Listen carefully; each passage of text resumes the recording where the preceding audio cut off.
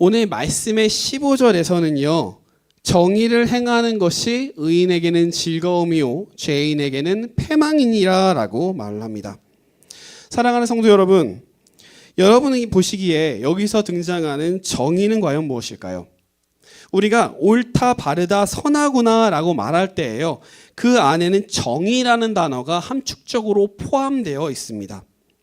한자로 바를 정, 그리고 옳을 이. 정의에서 사용되는 바를 정자는 한자어에서요, 정직하다, 순수하다, 또는 표준이 되다라는 뜻을 포함하고 있습니다. 그래서 정리를 하면 누구에게나 표준이 될 정도로, 기준이 될 정도로 정직하고 순수하며 올바른 뜻을 지닌 자를 오늘 9절에서 말하는 정의로운 자다라고 말을 합니다. 그래서 15절을 다시 한번 살펴보면요, 정의를 행하는 것이 의인, 옳고 바른 삶을 사는 이에게는 즐거움이지만 죄인, 불법을 행하는 자들에게는 패망, 자신의 삶이 파괴되는 경험을 가져오게 된다라는 뜻으로 우리가 받아들일 수가 있습니다. 그렇다면 우리 믿는 자들에게 있어서요, 정의는 무엇이고 즐거움은 무엇이고 의인의 옳고 그름은 어디서부터 나오는 것일까요? 우리는 이것을 선과 악이라는 단어를 비교하여서 그 기준점을 찾아낼 수가 있습니다. 이 성경에서 선이라는 단어는요, 오직 하나님께만 속하여 있다라고 성경에서 이야기를 합니다.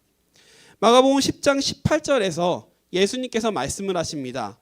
내가 어찌하여 나를 선하다 일컫느냐? 하나님 한 분 외에는 선한 이가 없느니라. 시편 25장 8절에서도 이렇게 말을 하는데요, 여호와는 선하시고 정직하시니 그러므로 그의 도로 죄인들을 교훈하시리로다. 우리가 선하다라고 말하는 죄인을 판단하는 기준은 하나님의 뜻과 나의 행위가 합하여서 있는가에 따라서 그것이 판별이 됩니다. 하나님의 뜻과 정반대에 있다면 그것은 악함이라 칭함받기에 부족함이 없다라는 것입니다.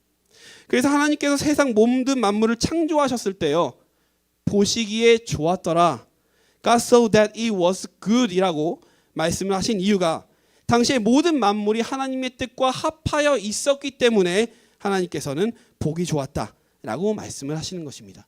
여기서 창세기에 등장하는 굿은요, 좋다라는 뜻도 있지만 히브리어 원어 토브를 보았을 때 선하다라는 뜻도 지니고 있습니다. 이는 하나님의 뜻과 합한 모습을 지닌 자가 바로 선한 자, 정의로운 자라고 우리가 말을 할 수가 있는 것입니다. 그래서 오늘 9절 16절로 돌아와서 이러한 배경에서 성경 구절을 해석해 본다면 명철의 길을 떠난 사람은 사망의 회중에 거하리라. 예레미야 9장 24절을 한번 보겠습니다. 다 함께 낭독하기에는 좀 기니까 제가 함추려서 여러분에게 말씀하도록 하겠습니다. 이 예레미야 9장 24절을 보면요, 명철은 하나님의 뜻을 아는 것, 깨닫는 것, 더 나아가 행하는 것이라고 말을 합니다. 그러니까 하나님의 뜻으로부터 떠난 자들은요, 선으로부터 떠난 자다. 이들은 영원한 죽음, 사망 가운데 거할 수밖에 없다라고 말을 하는 것이죠. 영생과 반대되는 것을 우리에게 말씀해 주시고 계시는 것입니다. 다음 구절을 읽어보겠습니다. 17절 다 함께 봉독하도록 하겠습니다. 연락을 좋아하는 자는 가난하게 되고 술과 기름을 좋아하는 자는 부하게 되지 못하느니라. 이 구절에 등장하는 연락이라는 단어는요, 잔치 연자 즐길 낙자를 써서 향락과 쾌락을 뜻합니다. 해석하면 나 자신을 만족시킬 향락과 쾌락, 먹고 즐길 것을 좋아하는 자들은 육체의 가난뿐 아니라 자신의 마음 또한 만족시키지를 못하는 한없는 갈증과 배고픔을 느끼게 된다라는 것입니다. 예를 들어서요, 오늘 한국 또는 해외에서 아주 핫한 이슈가 있죠. 바로 마약에 대한 것입니다. 많은 뉴스들에서 이것을 거론하는데요, 이 마약을 하면요, 인간은요 끝없는 성취감과 보상감, 쾌락을 느끼게 된다라고 합니다. 왜냐하면 마약이 사람의 흥분성 호르몬, 이 도파민이라고 부르는 행복 호르몬이라고 불리는 것을 몸 안에 계속해서 분비시키게 된다라고 합니다. 그래서 이것이 분비가 되면 이 쾌락에 한번 중독되면 벗어날 수가 없을 정도로 자꾸 마약에 손을 대게 된다라는 것입니다. 끝없는 마약을 향한 갈증과 이 배고픔을 느끼게 된다는 거예요. 결론적으로 세계적으로 유명한 우리 필라델피아의 켄싱턴 거리를 가보면요, 이 향락과 쾌락의 마지막 결과물을 우리가 눈으로 직접 목도할 수가 있게 되는 것입니다. 하나님의 뜻과 정의와 명철과 멀어져 향락을 쫓는 자들은요, 이렇듯 결국 패망의 길에 들어설 수밖에 없습니다. 18절을 다 함께 읽겠습니다. 악인은 의인의 속전이 되고 사악한 자는 정직한 자의 대신이 되느니라. 이 우리말 성경으로 제가 다시 한번 읽어드릴게요. 악인은 의인 대신 치르는 몸값이 되고 죄를 범한 사람은 정직한 사람 대신 치르는 몸값이 된다. 이 구절은요, 변상에 대하여 이야기를 하고 있습니다. 성경을 보면 의인, 하나님의 뜻을 함께하는 자들이 악한 이들로부터 많은 고통과 순환과 수고를 당하는 것을 우리는 볼 수가 있습니다. 이에 대하여 성경은요, 하나님 보시기에 악한 자들에게 분명히 그들이 행한 대로 갚으시리라 라고 이야기를 하고 있습니다. 시편 62편 10절에서 12절을 제가 대표로 읽도록 하겠습니다. 포악을 의지하지 말며 탈취한 것으로 허망하여지지 말며 재물이 늘어도 거기에 마음을 두지 말지어다. 하나님이 한두 번 하신 말씀을 내가 들었나니 권능은 하나님께 속하였다 하셨도다. 주여, 인자함은 주께 속하오니 주께서 각 사람이 행한 대로 갚으심이니이다. 이 구절은 다윗이 사울로부터 또는 압살롬으로부터 도망을 다닐 때 몸과 마음이 너무 지쳐 허망한 가운데 있을 때 하나님께서 다윗에게 주신 응답입니다. 내 원수가 내게 행한 대로 갚으시리이다. 마태복음 6장 18절을 보면요, 이와는 비슷하지만 다른 맥락에서 의미하는 구절이 등장하는데요, 이 외식하는 자들에 대하여 말씀을 하고 계십니다. 이것도 제가 대표로 읽도록 하겠습니다. 이는 금식하는 자로 사람에게 보이지 않고 오직 은밀한 중에 계신 내 아버지께 보이게 하려 함이라. 은밀한 중에 보시는 내 아버지께서 갚으시리라. 잠언 21장 27절을 다 함께 읽어볼까요? 악인의 재물은 본래 가증하거든 하물며 악한 뜻으로 드리는 것이랴. 이 누군가 어떠한 커뮤니티 안에서 말로는 하나님께 찬양하고 예배하고 헌신한다라고 말하면서요, 이 바리새인들의 회칠한 무덤처럼 나의 수고를 입 밖으로 내뱉고 다니고 온몸으로 표현하고 나를 알아줘라고 하는 사람들이 분명히 있을 것입니다. 그들의 헌신을 부정하는 것은 아니에요. 다만 나의 마음이 어디서부터 오는가, 어디를 따라 나아가고 있는가, 이것이 군중을 향하여 있다면 그것은 바리새인들처럼 외식하는 자들과 다를 바 없을 것이고, 하나님께로 향하고 있다면 그는 하나님께서 분명 그를 귀히 여기시고 은밀한 중에 그의 행위를 갚으실 것이다 라는 것입니다. 그렇게 누가 나의 헌신을 알아주지 않는다라고 해서 실망할 것이 전혀 없습니다. 하나님께서는 분명히 오늘 9절에처럼 변상하시고 갚으시고 보상하시는 분이심을 우리는 기억해야 할 것입니다. 29절을 제가 대표로 한번 읽도록 하겠습니다. 악인은 자기의 얼굴을 굳게 하나 정직한 자는 자기의 행위를 삼가느니라. 이 결론은 이겁니다. 마음이 없는 가증하고 선과 동떨어진 의도로 하나님께 가져온 재물과 행위는 결국 사울이 어떻게 됐나요? 얼굴이 굳어지고 악을 더욱 증폭하게 됩니다.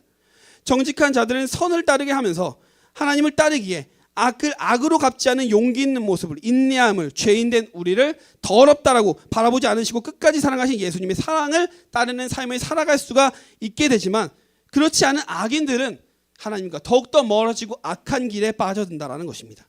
이러한 예수님을 닮아서 우리는 보복이 아닌 사랑 안에서 살아가는 우리 모든 안디옥 교회 성도님들 되기를 소망합니다. 나의 악함은, 나의 슬픔은 하나님께서 계획하신 적절한 때에 분명히 보상하시는, 변상하시는, 갚으시는 분이심을 우리는 믿어야 합니다. 믿습니다. 우리는 그저 믿고 인내하면, 선을 따라 정의를 실천하고 살아가면 영원한 영생을 누리며 살아가는 우리의 미래를 발견하게 될 것입니다. 19절을 함께 읽도록 하겠습니다. 다투며 성내는 여인과 함께 사는 것보다 광야에서 사는 것이 나으니라. 굳이 이 구절을요, 남편과 아내로 나눌 필요가 전혀 없습니다. 여기서는 사람과 사람의 감정에 대한 상호작용을 말하는 것입니다. 아내가 남편에게 세상 말로 바가지를 긁을 때 아내가 얼마나 마음이 힘들면 남편에게 화를 내는 것이겠습니까? 그런데 남편 또한 마찬가지로요, 마음이 긁힐 때마다 아내를 향한 혐오스러운 마음이 계속해서 화가 치밀어 오를 것입니다. 서로에게 좋지 못하다는 것입니다. 그래서 성경에서는 차라리 낮에는 덥고 밤에는 추운 광야에서 그 고요한 가운데 머무는 것이 차라리 낫다. 죄를 범하는 것보다 낫다라고 이야기를 하고 있습니다. 18절에서 우리는 갚으시는 하나님에 대하여 이야기를 하였습니다. 아무리 내 옆에 있는 사람이 나의 마음을 심란케 하여도 그를 향한 쓴소리를 내뱉는 것이 아니라 오히려 사랑합니다, 축복합니다 라고 말할 수 있는 우리 용기 있는 우리 모두가 되기를 간절히 소망을 합니다. 23절을 저희 다 함께 한번 읽어보도록 하겠습니다. 입과 혀를 지키는 자는 자기의 영혼을 환난에서 보전하느니라. 웃는 얼굴에는 침을 못 뱉는다라는 말이 있습니다. 그렇다고 비웃는 얼굴을 하라는 것은 아닙니다. 화가 나더라도 배우자를 꼭 안아주고 믿고 있습니다라는 말 한마디를 해주면요, 나뿐만이 아니라 상대방도 서로의 영혼이 하나님 안에서 보존케 되는 선한 영향력의 역사가 우리 가운데 분명히 나타날 것이라는 것입니다. 20절과 22절을 제가 읽도록 하겠습니다. 지혜 있는 자의 집에는 귀한 보배와 기름이 있으나 미련한 자는 이것을 다 삼켜버리느니라.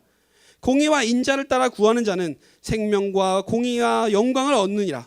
지혜로운 자는 용사의 성에 올라가서 그 성이 의지하는 방벽을 허느니라. 의와 자비를 추구하는 사람은요, 생명과 의와 명예를 얻는다라고 21절은 이야기하고 있습니다. 위에서 언급하였듯이 하나님이 보시기에 아름다운 모습을 우리가 실천할 때, 누군가를 자비로운 마음으로 품어주었을 때, 악을 악으로 갚는 것이 아니라 하나님께서 주신 지혜로 대처할 수 있을 때예요, 우리는 허물어지지 않을 것이고 그 견고한 성, 그것을 무너뜨렸던 이스라엘 백성들처럼 나의 배우자 또는 전도 대상자들의 마음을 함락시킬 수가 있을 것입니다. 미련한 자는 내 안에 있는 모든 화를 감정, 필터링 없이 다 표출합니다. 그 후에 남는 것이 무엇이죠? 공허함뿐만이 남는다라는 것이에요. 그러나 지혜 있는 자는요, 내 안에 있는 것들을 분별할 줄 알고 무례하지도 교만하지도 게으르지도 탐하지도 거짓 증거하지도 않습니다. 28절을 제가 한번 읽어보도록 하겠습니다. 거짓 증인은 팽황하려니와 확실히 들은 사람의 말은 힘이 있느니라. 말은요, 많이 할수록 나에게 흠을 남깁니다. 약점을 노출시킵니다. 지혜로운 사람은요, 시간을 들여가며 들을 줄을 아는 사람입니다. 그렇게 말을 정의 안에서 판별할 시간을 가지면서 묵상할 수가 있습니다. 만약 나 또한 감정이 앞서서 말을 누군가가 나에게 함부로 한다 해서 나 또한 함부로 하면 결국 하나님의 선하심을 따라 살아가지 못하게 되고 정의가 아닌 패망한 자의 모습을 우리가 가지게 된다는 것입니다. 29절과 30절을 한번 함께 읽도록 하겠습니다.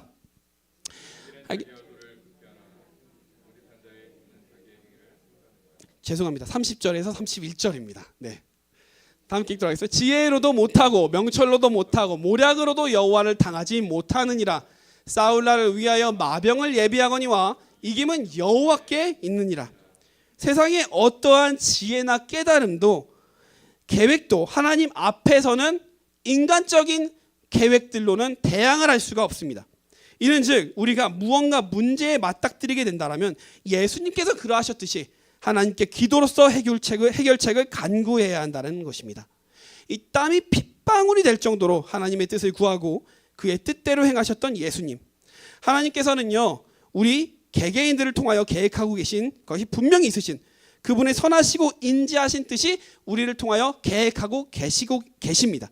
그렇게 우리 모두는 주님의 뜻을 구하고 믿고 순종하고 나아가기만 하면 됩니다. 모든 것은 예수 그리스도께서, 하나님께서 우리를 인도하십니다. 내 앞을 가로막는 수많은 유혹과 적들이 우리 가운데 분명히 있을 것입니다. 하나님께서 히스기야 왕의 기도에 응답하셔서요, 18만 5천 명의 아수르 군대를 전멸시키셨습니다. 기도가 그만큼 힘이 있는 것입니다. 이처럼 우리가 예수 그리스도의 이름으로 기도하고 나아간다면요, 우리는 더 이상 죄인이 아닌 구원받은 자들로서 죄악이 가득한 가운데, 죄악이 가득한 이 세상 가운데 승리자로 기억되고 예수 그리스도 안에서 함께할 수 있게 될 것입니다. 정의의 근원이신 하나님께 속한 자들이야말로 지혜로운 자들입니다. 지혜에 속한 정의로운 자들입니다. 잠언 24장 13절에서 14절은요. 이 지혜를 취하는 자들은 장래가 있겠고 소망이 끊어지지 아니할 것이다라고 말씀을 하십니다. 이 지혜가 우리 안에서 우리 모두에게 대대손손 장래의 소망이 끊어지지 않는 명문 가문들로 끝까지 이어져 나가는 우리 모두의 가문들이 되기를 간절히 소망합니다.